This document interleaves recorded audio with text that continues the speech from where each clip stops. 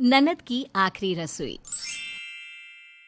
घर में भाभी के आ जाने से घर में सभी ननद को रसोई और घर के कामों से छुटकारा मिल जाता है। पर बेचारी अंतरा की किस्मत ऐसी नहीं थी।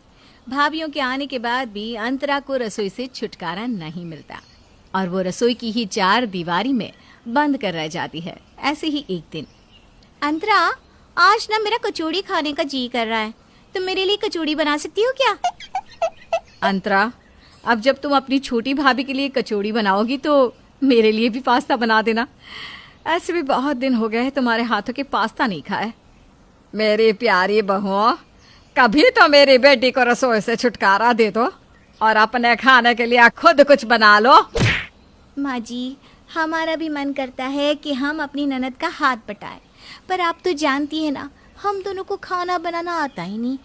और ये बात तो हमने शादी से पहले ही आपको बता दी थी। जब शादी से पहले आपको कोई एतराज नहीं रहा तो अब क्यों आप हमें ताने देती रहती है? हाँ, अनीशा बिल्कुल सही कह रही है माँ जी। शादी से पहले तो आप ही बड़ा उछल उछल कर कह रही थी कि हमें दहेज चाहिए, रसोई संभालने के लिए हमारी बेटी तो है ही। अरे यही तो मुझसे गलती हो गई बहू, जो दहेज के लालच में मैंने तुम दोनों को अपने घर की बहू बना लिया।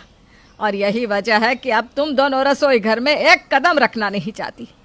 बेचारी ननद अकेली पूरा दिन रसोई में काम करती रहे, पर मजाल है कि तुम में से कोई उसकी मदद कर दे। माँ रहने दो ना, वैसे भी मुझे खाना बनाना बहुत पसंद है और मुझे अच्छा लगता है लोगों को खाना खिलाना। अब आप शांत हो जाओ ना माँ।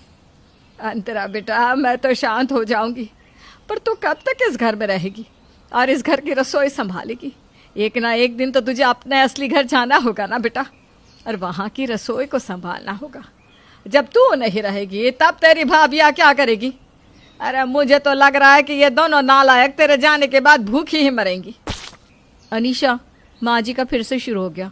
ये अपनी रामायण हमें सुनाए, इससे पहले हम अपने कमरे में चलते हैं।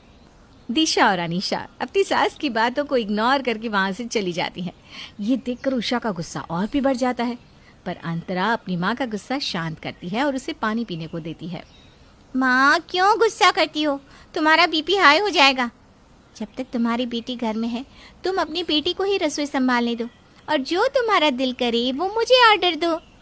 अरे पर बेटा, तेरी उम्र हो गई है, तेरे पिताजी तेरे लिए रिश्ता देख रहे हैं। तू चली जाएगी तब इस रसोई को कौन संभालेगा? मैं बूढ़ी हो चुकी हूँ, मेरे बस की ना है इन दोनों नालायकों को खाना बनाकर खिलाना। उषा अंतरा से उसकी शादी की बातें कर रही होती है और ये सारी बातें दिशा और अनीशा सुन लेती है, जिसके बाद उन दोनों को रसोई की चिंता सताने लगती है। दीदी, सुना आपने? माँ जी ननद जी के लिए रिश्ता देख रही है। अगर हमारी ननद शादी करके दूसरे घर चली गई तो रसोई घर कौन संभालेगा?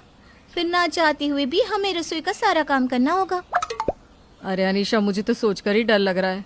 मेरे बस की नहीं है रसोई में काम करना और इतने लोगों का खाना बनाना। और सच कहूँ ना, मुझे खाना बनाना ही नहीं आता। अगर अंतरा चली गई तो हमें रोज रोज पकवान बनाकर कौन खिलाएगा? दीदी, कैसा रहेगा अगर अंतरा शादी करके यहाँ से कहीं जाए ही ना?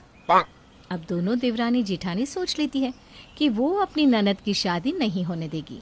इसलिए जब उनके ससुर मोहन अपनी बेटी के लिए रिश्ता देखते हैं तो जानबूझकर दोनों देवरानी जेठानी मिलकर लड़के वालों के कान भरने की कोशिश करती है। वैसे आप लोग ना बहुत किस्मत वाले हैं। हमारी ननद सर्वगुण संपन्न है, पर उनसे ना रसोई घर के अलावा और कोई काम मत करवाना, क्योंकि उनसे रसोई के अलावा घर का और कोई काम होता ही नहीं। पर हाँ, एक चीज़ अच्छी है मेरी ननद की, वो आप सबको पेट भर के खाना खिलाएगी, भले ही वो घर के और काम करने में बहसबाजी करे। बहू, घर आए मेहमानों से बात करने के लिए तेरे ससुर और मैं बैठे हैं ना, तुझे अपनी ननद की तारीफ करने की जरूरत नहीं है। घर में मेहमान आए हैं, जाकर कुछ नाश्ता पानी का इंतजाम कर दे। अरे बहन, कितनी प्यारी है आपकी बहू और अपनी ननद की कितनी तारीफ कर रही है। वरना और घर की बहू है तो अपनी ननद की बुराई करते नहीं थकती। अब बेकार में अपनी बहू से नाराज हो रही हैं। अरे ये बातें तो होती रहेंगी। अब आप लोग जब से आए हैं आराम से बैठे हैं, कुछ खाइए तो सही, मुंह मीठा कीजिए। क्योंकि देखिए भाई, हमें तो आपका लड़का पसंद है। एक बार आप भी बता दीजिए कि आपको हमारी लड़की कैसी लगी। भाई साहब, भगवान का दिया हमारे पास सब कुछ है। घर में हमने नौकरानी भी रखी है, इसलिए हमें फ़र्क नहीं पड़ता कि हमारी बहू घर का काम करे या ना करे। मेरी बहू खाना बनाना जानती है, लोगों का पेट भरना जानती है, मेरे लिए यही काफ़ी है। इसलिए मेरी तरफ से भी रिश्ता पक्का ही समझिए। इतना बोलकर मोहन और उषा घर आए मेहमानों का रसगुल्ले से मुंह मीठा करवाते हैं। और जब दिशा और अनीशा को पता चलता है कि हाय उसकी ननद का तो रिश्ता पक्का हो गया और उनकी चाल कामयाब नहीं हो पाई, तो दोनों का मुंह बन जाता है। अब क्या करें अनीशा, रिश्ता तो पक्का हो गया। दीदी, हम यूँ हाथ पर हाथ धरे नहीं बैठ सकते। हम रिश्ता तुड़वा नहीं सकते, पर शादी की डेट तो लंबी करवा सकते हैं ना।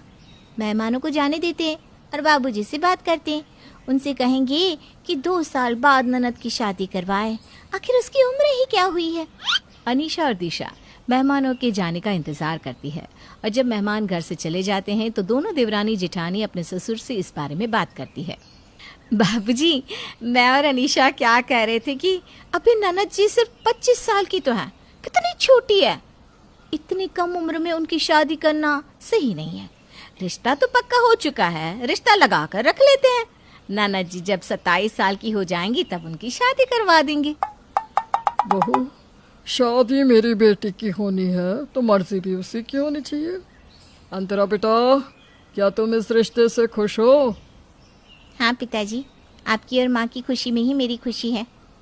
जब मेरी बेटी को इस रिश्ते से कोई एतराज नहीं है तो शादी इसी साल के अंदर हो जाएगी। बाबूजी, अब आपने फैसला ले ही लिया है तो हम क्या बोल सकते हैं। पर अंतरा, तुम शादी करके कहीं मत जाना। 2 साल बाद हम तुम्हारा वो ना करेंगे। इतनी जल्दी इतनी कम उम्र में ससुराल संभालना आसान बात नहीं होती। कोई जरूरत नहीं है, मेरी बेटी कोई 15 साल की बच्ची नहीं है, 25 साल की है वो। और मैं बहुत अच्छे से जानती हूँ तुम दोनों क्यों इस शादी में अड़चने पैदा कर रही हो। अरे इसके जाने के बाद रसोई तुम दोनों के सर पर जो आ जाएगी। तुम दोनों चाहती ही नहीं कि तुम्हारी ननद यहाँ से जाए। माँ जी, हम तो अंतरा की भलाई के लिए बोल रहे थे। फिर भी अगर आपको हमारी बात पसंद नहीं आई तो अब से हम ना कुछ नहीं बोलेंगे।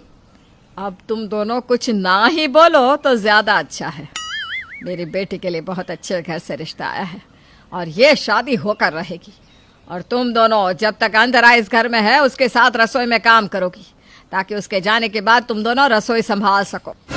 अपनी सास का गुस्सा देखकर दोनों बहुएं शांत हो जाती हैं और मौका देखकर वहां से निकल जाती है।